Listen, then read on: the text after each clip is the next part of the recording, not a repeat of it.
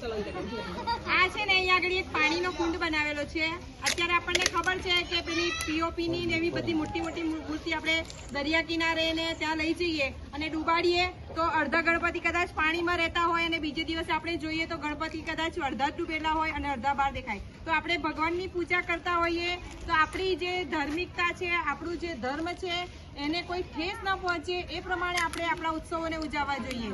તો અહીંયા આગળ આ એક પાણીનો કુંડ બનાવેલો છે કે જેની અંદર અત્યારે આપણે માટીથી બનાવેલી મૂર્તિ જ બધાએ લેવી જોઈએ અને પર્યાવરણને પ્રદૂષણ ઓછું થાય એના માટે થઈને આપણે ઘરે જે મૂર્તિનું વિસર્જન કરતા હોઈએ છીએ। તો અહીંયા આખું આ પાણી ભરેલું છે અને એની અંદર આપણે આ એક મસ્ત રંગોળી કરેલી છે। એની અંદર એ લોકો બપોરે આજે 1.5 દિવસના ગણપતિ હશે તો આની અંદર વિસર્જન કરવાના છે અને એ વિસર્જન કરેલું પાણીનો ઉપયોગ આપણે ત્યાં આગળ આપણા જે ઘરની અંદર કોઈ ફૂલ છોડ રોપતા હોઈએ એની માટી જે હોય એનો ઉપયોગ એની અંદર પાછા કરતા હોઈએ।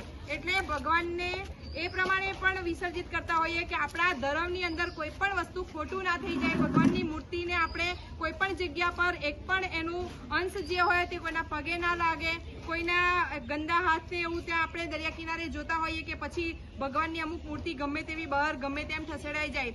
દરિયા કિનારે આપણે તમે દમણમાં ઘણા બધા મૂર્તિ ત્યાં વિસર્જિત કરીને આવે છે। 2-3 દિવસ પછી જો આપણે જઈએ તો આપણને એટલું જોવા મળે કે ત્યાં બધી મૂર્તિ મોટા ભાગે બહાર આવી જતી હોય દરિયામાંથી અને આપણે ત્યાં આગળ જોઈએ તો આપણને તે વખતે દુઃખ થાય કે આપણે આટલા 10 દિવસ સુધી ભગવાનની પૂજા પાઠ કરી અને એ મૂર્તિ પછી આપણે આવી રીતે જોવા મળે તો આપણને દુઃખ થાય। એટલે આપણે એવું ન થાય એના માટે થઈને હવે બધા ઘરે ઘરે અને મોટા ભાગે બધી જ જગ્યા પર હવે આ રીતે ઇકો ફ્રેન્ડલી ગણપતિની મૂર્તિ બનાવવામાં આવે છે અને આ રીતે ભગવાનને વિસર્જિત કરવામાં આવે છે। બોલો ગણપતિ બાપ્પા મોરયા।